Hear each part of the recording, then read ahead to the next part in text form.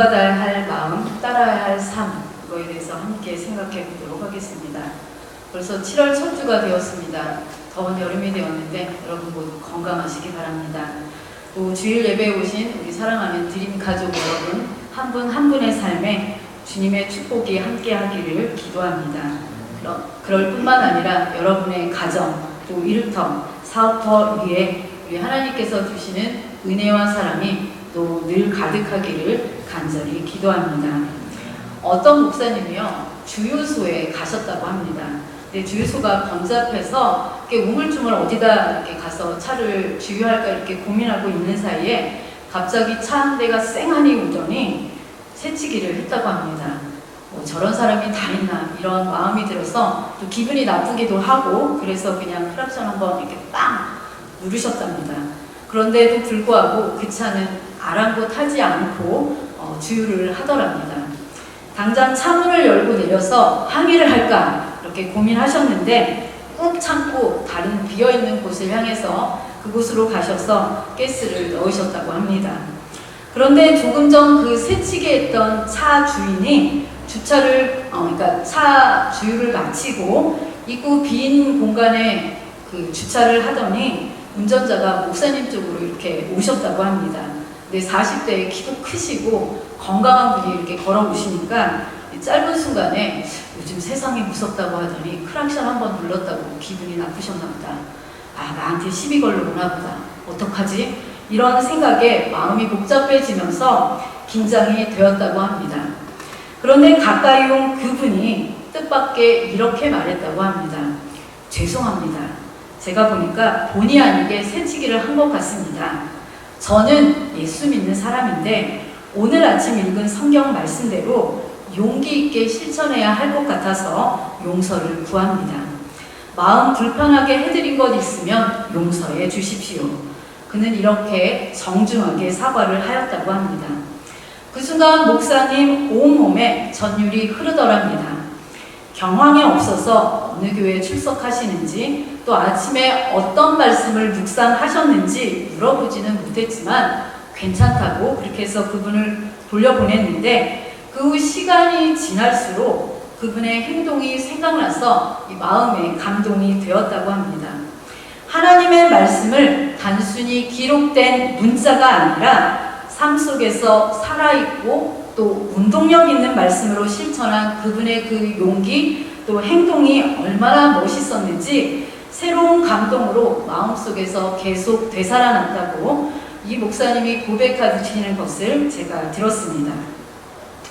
감옥으로부터의 희망 메시지, 오늘 네 번째로 살펴볼 빌립보서 2장의 말씀은 다른 모든 성경 구절들도 그러해야겠지만 특별히 우리가 말로 끝내는 것이 아니라 단순히 읽는 것으로 끝내는 것이 아니라 우리의 구체적인 삶의 현장에서 꼭 살아냈으면 하는 말씀이 바로 빌립보서 2장, 또 오늘 특별한 말씀입니다.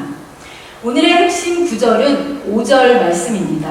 다 함께 이 5절 말씀 큰 소리로 읽어보도록 하겠습니다. 시작! 너희 안에 이 마음을 품으라. 곧 그리스도 예수의 마음이니. 네, 이 말씀으로 내 마음에 주님의 마음을 품기 위해서 기도도 하시고 실천도 하시는 그런 한 주를 살아가시기 바랍니다. 여러분 중에 아마 하나님 아버지의 마음, 이러한 찬양곡을 아시는 분이 있을 겁니다. 제가 이 하나님 아버지의 마음은 특별하게 저한테 특별한 찬양인데, 왜냐하면 뜨레스 디아스라고, 저는 그 여러 가지 이름이 있는데 뜨레스 디아스의 모임으로 여러 모임이 있습니다. 그런데 저는 좋은 만남 55기를 수료했습니다. 이 55기의 찬양곡이 바로 하나님 아버지의 마음이었습니다. 아버지, 당신의 마음이 있는 곳에 나의 마음이 있기를 원해요.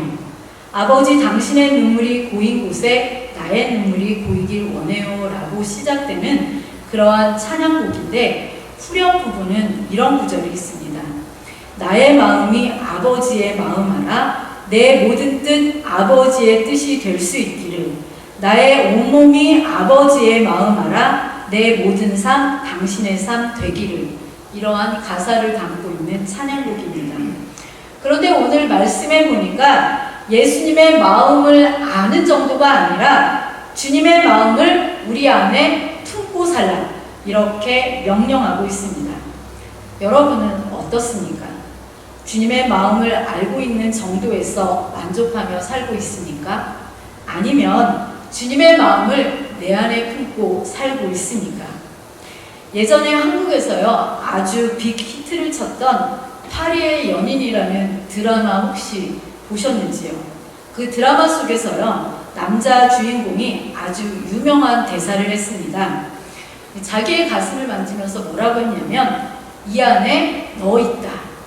한때 아마 되게 유행했던 걸로, 특히 남자분들이 여자분들한테 고백할 때 이 대사를 했던 걸로 알고 있습니다. 조금은 느끼한 표현이지만 그래도 참 가슴 절절한 사랑 고백이구나, 이러한 생각을 했던 멘트였습니다.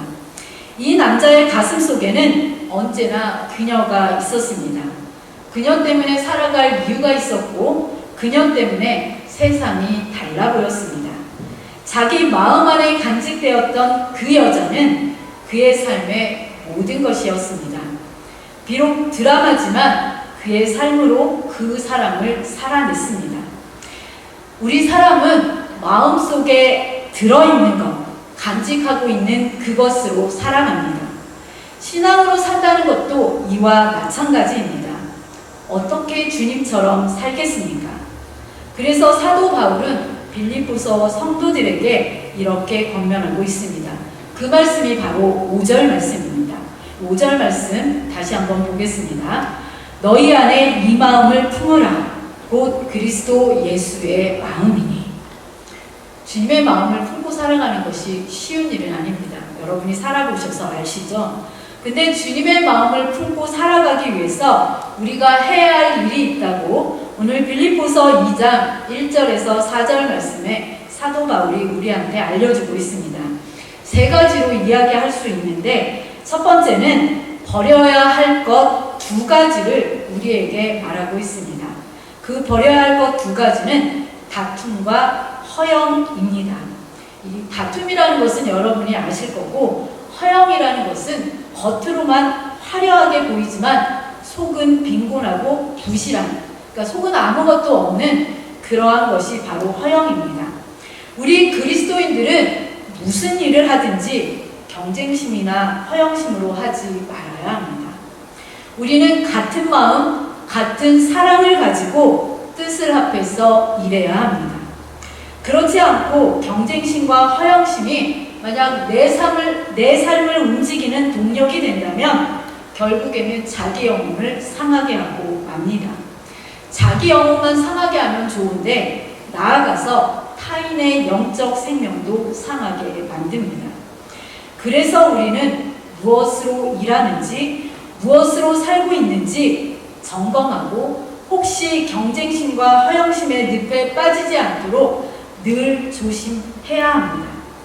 두 번째 우리가 해야 할 일은 늘 겸손한 마음으로 나보다 다른 사람을 낮게, 그러니까 훌륭하게 여겨야 한다고 말씀하고 있습니다. 그 다음으로 중요한 것은 자기의 일을 책임감 있게 감당하는 것은 물론이거니와 다른 사람의 일도 잘 돌보아 주어야 하는 것이 바로 주님의 마음을 품고 살아가기 위해서 우리가 할 일이라고 말씀하고 있습니다.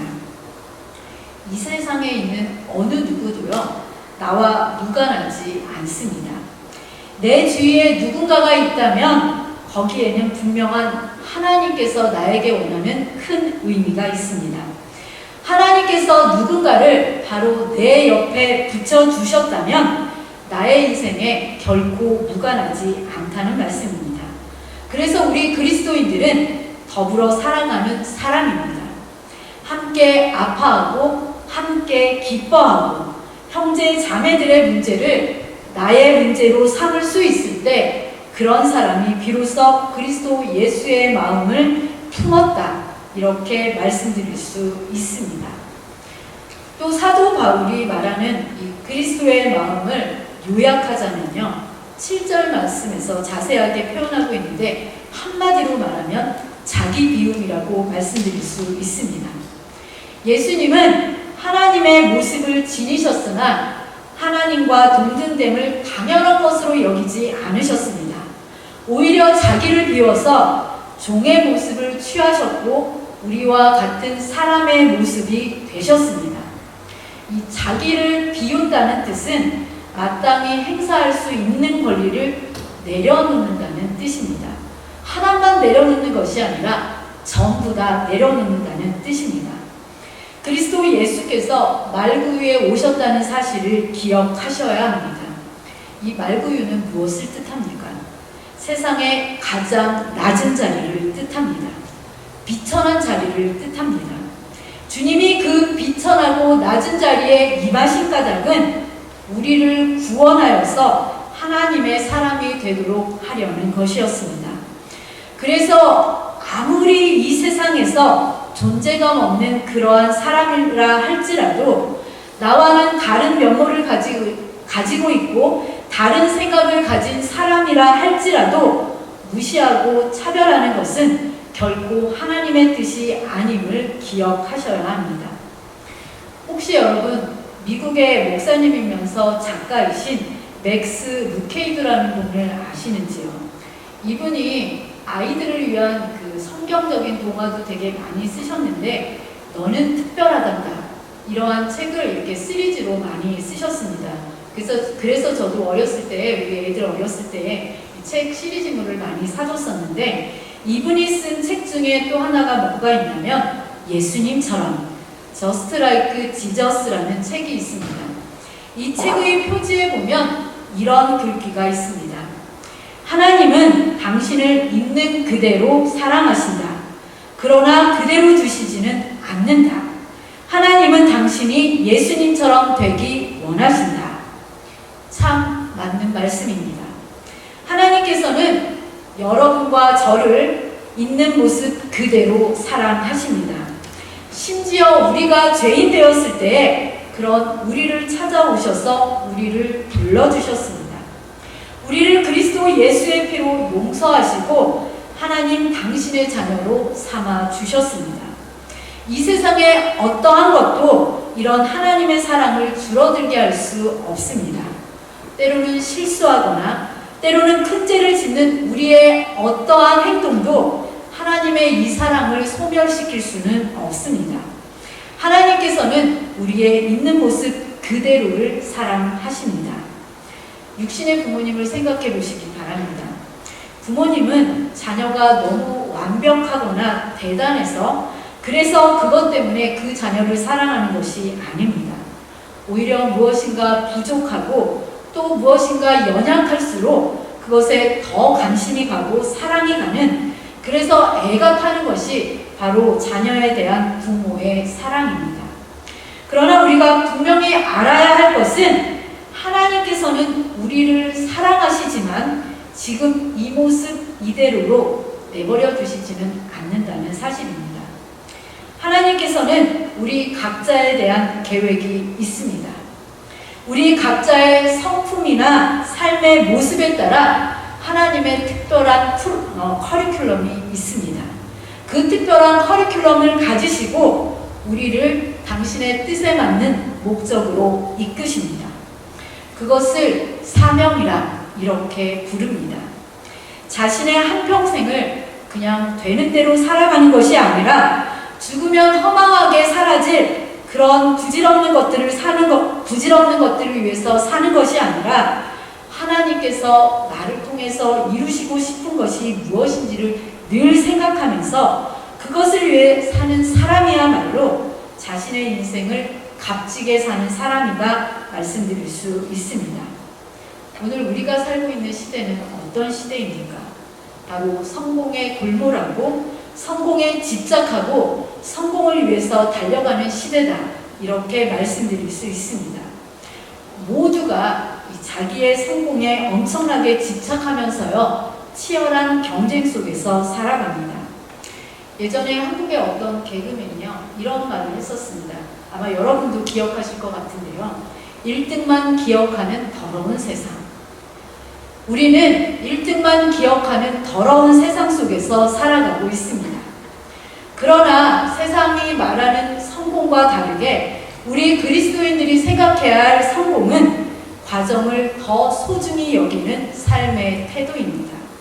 성공이란 인생의 모든 것을 지배하고 있지는 않습니다. 성공한 사람도 그 사람의 인생을 자세히 들여다보면 실패의 과정 속에서 성공이라는 열매를 거둔 것을 볼 수 있습니다. 성공은 분명히 소중한 것이지만 성공주의에 집착하면 우리 인생의 대부분이 망가져 갑니다. 그러므로 더 중요한 것이 있다는 것을 알아야 합니다. 그것은 바로 성공의 목표를 어디에 두는가 이것입니다. 그러면서 어떻게 보면 우리는 진정으로 성공한 사람이 되어야 합니다. 단순한 업적이 아니라 명백한 삶의 목표를 가지고 살아가는 것이 성공입니다. 여러분한테 성공은 무엇인가? 성공이란 무엇인가? 랄프 waldo 에머슨이라는 분이 지으신 시를 소개해드리고 싶습니다. 이분이 성공이란 무엇인가에 대해서 아주 자세하게 시로 표현해냈는데요. 제가 읽어드릴 테니까 앞에 화면에 있거든요. 잘 보시기 바랍니다. 많이 그리고 자주 웃는 것, 현명한 사람들에게 존경을 받고 아이들에게 애정을 받는 것, 정직한 비평가로부터 찬사를 얻고 잘못된 친구들의 배신을 견디어내는 것, 아름다움의 진가를 알아내는 것, 다른 이들의 가장 좋은 점을 발견하는 것, 건강한 아이를 낳든 작은 정원을 가꾸든 사회 환경을 개선하든 세상을 조금이라도 더 좋은 곳으로 만들고 떠나는 것, 당신이 살아 있었기 때문에 단 한 사람의 인생이라도 조금 더 쉽게 숨 쉴 수 있었음을 아는 것, 이것이 진정한 성공이다. 여러분은 어떻게 생각하십니까? 이 시인은 내가 존재하는 것 그 자체가 성공이라고 말하고 있습니다. 삶을 즐거워하고 그 삶을 누리는 것이 성공이라는 것입니다. 친구를 보면서 반가운 미소를 짓는 것, 자녀를 따뜻한 마음으로 안아주는 것, 아내와 남편이 서로를 바라보면서 미소 짓는 것이 성공이라는 것입니다. 인생을 내게 주어진 감사함으로 살아낸 것 자체가 성공이라고 말하고 있습니다. 우리가 내 옆에 있는 한 사람을 행복하게 해주고 내가 태어난 그때보다 내가 있음으로 인해서 조금 더 축복받는 땅으로 바꿔놓은 역할들을 바로 내가 했다면 그게 성공한 삶이다. 이렇게 이야기하고 있습니다. 이런 완벽한 삶을 사신 분이 있습니다. 바로 우리가 믿는 예수 그리스도이십니다. 예수 그리스도는 가장 뛰어난 분이십니다. 가장 놀라운 이름을 가지고 계신 분이십니다. 그분을 생각하면 지금도 우리의 가슴이 설레고 기대가 됩니다.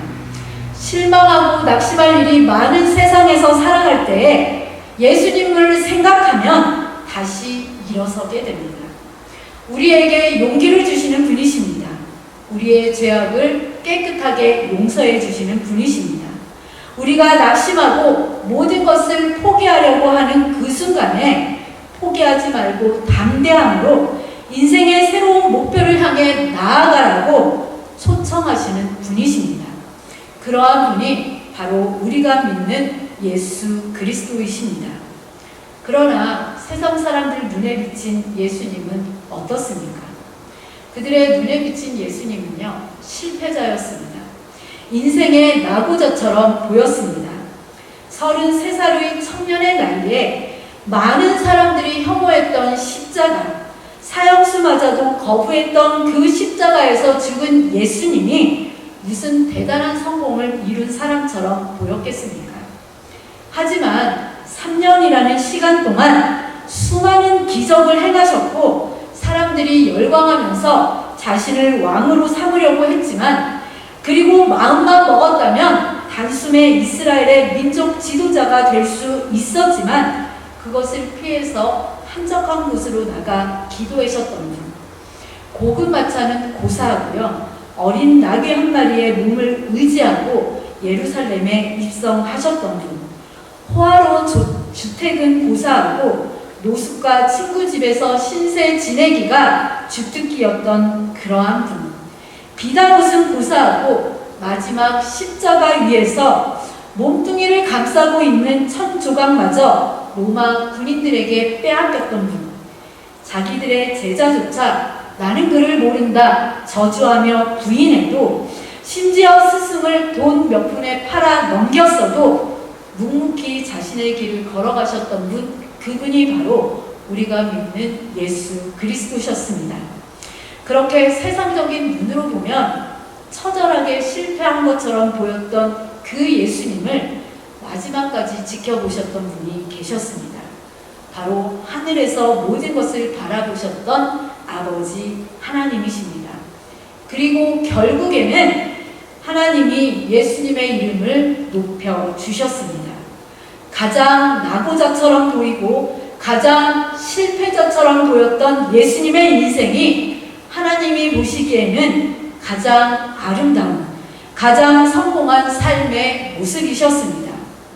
이 예수님의 십자가야말로 수많은 사람들에게 구원과 희망과 용기를 준 생명의 사건이라는 사실을 바로 하나님께서 확인해 주셨습니다. 그것이 바로 예수님의 십자가입니다. 그것이 바로 예수님의 부활입니다. 그래서 우리가 오늘 읽은 빌립보서 2장 9절에서 11절이 이렇게 증거하고 있습니다. 9절에서 10절은 제가 읽고요. 11절은 여러분이 큰 목소리로 읽어주시기 바랍니다.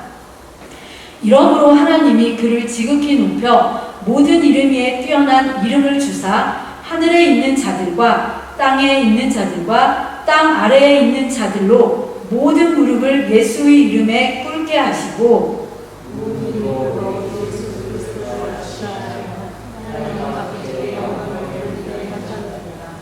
아멘. 저와 여러분은 그 예수님을 믿는 사람입니다. 그리고 그 예수님이 저와 여러분의 구세주라고 믿습니다. 십자가는 내가 세상에 대해서 죽은 장소입니다. 또한 십자가는 세상에서 세상이 나에 대해서 죽은 장소입니다.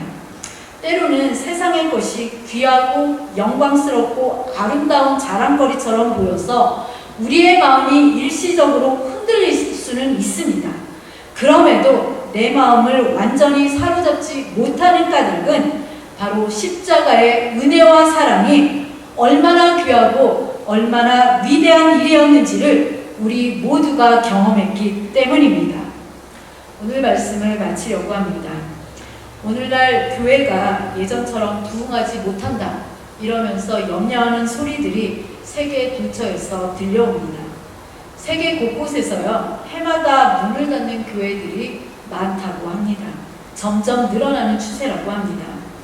예전 미국에서는요, 조금 과장해서 말한다면 이민교회라는 깃발만 꽂으면 사람들이 벌떼처럼 몰려들던 그러한 시절이 있었다고 합니다. 그러나 지금은 미국뿐만 아니라 우리가 살고 있는 이 캐나다 전 세계적으로 전혀 상황이 달라졌습니다. 그래서 그 이유와 원인을 찾기 위해서 교회 지도자들이 회의도 열고 세미나도 많이 하고 있습니다. 그런데 한 가지는 분명하게 말할 수 있습니다. 오늘날 교회가 부흥하지 못하는 까닭은 예수 그리스도의 마음을 잃어버렸기 때문입니다. 예수님의 이름을 팔아서 이루어 놓은 종교적인 권력, 재산에 취해서 낮은 자리로 들어가는 방법을 잃어버렸기 때문입니다. 다들 예수님의 이름으로 무엇인가를 얻으려고는 하지만 예수님처럼 살려고 하지 않기 때문입니다. 예수님처럼 살려고 하면 낮은 자리로 또 겸손하게 살아가야 하는데, 그렇게 살면 실패한 것처럼 보이기도 하고, 그렇게 살면 힘들기에 그렇게 사는 것을 허락하지 않습니다. 그럴 용기도 사라졌습니다. 세상 사람들과 우리의 삶을 비교해 보아도 인생을 사는 목적이 전혀 다를 것이 없어 보입니다. 그래서 성경은 명쾌하게 우리에게 말합니다. 자꾸만 높아지려고 자신의 바벨탑을 쌓는 사람은 하나님께서 반드시 흩으시지만, 자신을 낮추고 겸손하게 주님을 따르는 사람은 결국에는 하나님께서 예수님처럼 높여주신다는 사실을 말입니다. 우리에게 주어진 인생이요, 두 번이나 있다면 한 번은 이렇게도 살아보고 저렇게도 살아보고 이렇게 연습을 할 수 있습니다. 그렇지만 우리에게 주어진 인생은 단 한 번입니다. 연습할 수 없습니다. 그래서 우리는 예수님처럼 예수님의 마음을 품고 살아가는 그러한 사람이 되어야 합니다. 그러한 저와 여러분이 되어서 우리가 살고 있는 이곳이, 여러분이 살고 있는 가정이, 일터가, 사업체가 좀 더 하나님 나라를 이루어가는 그런 곳이 되기를 간절히 소원합니다.